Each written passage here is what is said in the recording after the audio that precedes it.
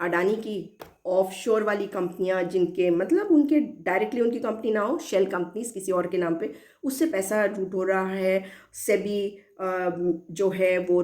Target पे आई क्योंकि stock market manipulation हो रहा है, मगर सेबी ने क्लीन चिट सी दे दी, कहा कि हम पता नहीं लगा पा रहे, इसके आगे हमें नहीं पता कि हम कहाँ से पता लगाए कि कौन सा पैसा कहाँ से जा रहा है, क्या हो रहा है, क्योंकि मामला सुप्रीम कोर्ट में चला गया था। ये बात है 2023 में। मामले में सब कुछ खत्म हो गया, इसी जनवरी को उसका फाइनल जजमेंट भी आ गया। लेकिन अब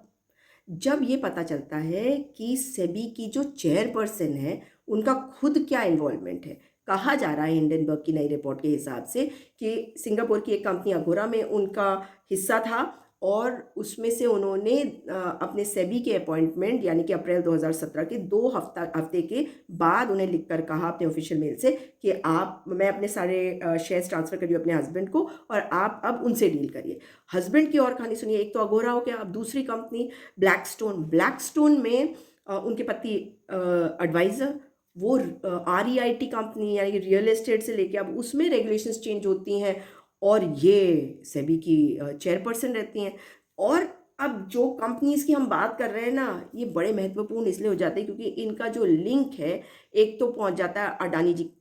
कैसे, उनके भाई साहब, वो एक विनोद अडानी जी, उनके माध्यम से। और दूसरा जो है कि किस तरीके से ये उस पोजीशन पे बैठी हैं, अपने आप को उसमें से हटाती हुई नहीं है। जब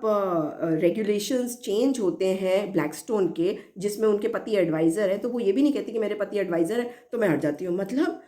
मैं ही डिसाइड करूंगी सब कुछ। ये तो ऐसा हुआ कि अगर अब माननीय उच्चतम न्यायालय स्वतः संज्ञान लेकर इसमें दोबारा से कुछ एक्शन नहीं लेती है, तो माधवीपुरी बुच कहेंगी कि माधवीपुरी बुच के बारे में कुछ पता चला है, इस तरह की कोई रिपोर्ट आई है, इसलिए उसमें माधवीपुरी बुच मैं इन्वेस्टिगेट करूंगी और मैं माधवीपुरी बुच उस माधवीपुरी बुच को क्लीन चिट दे दूंगी। इसलिए इस मैटर में क्या होना चाहिए, एक तो सुप्रीम कोर्ट इसमें कॉग्निसेंस ले, और दूसरा इन्वेस्टिगेशन कैसे हो, जॉइंट पार्लियामेंट्री कमेटी के द्वारा, तो इसमें JPC करवाई जाए।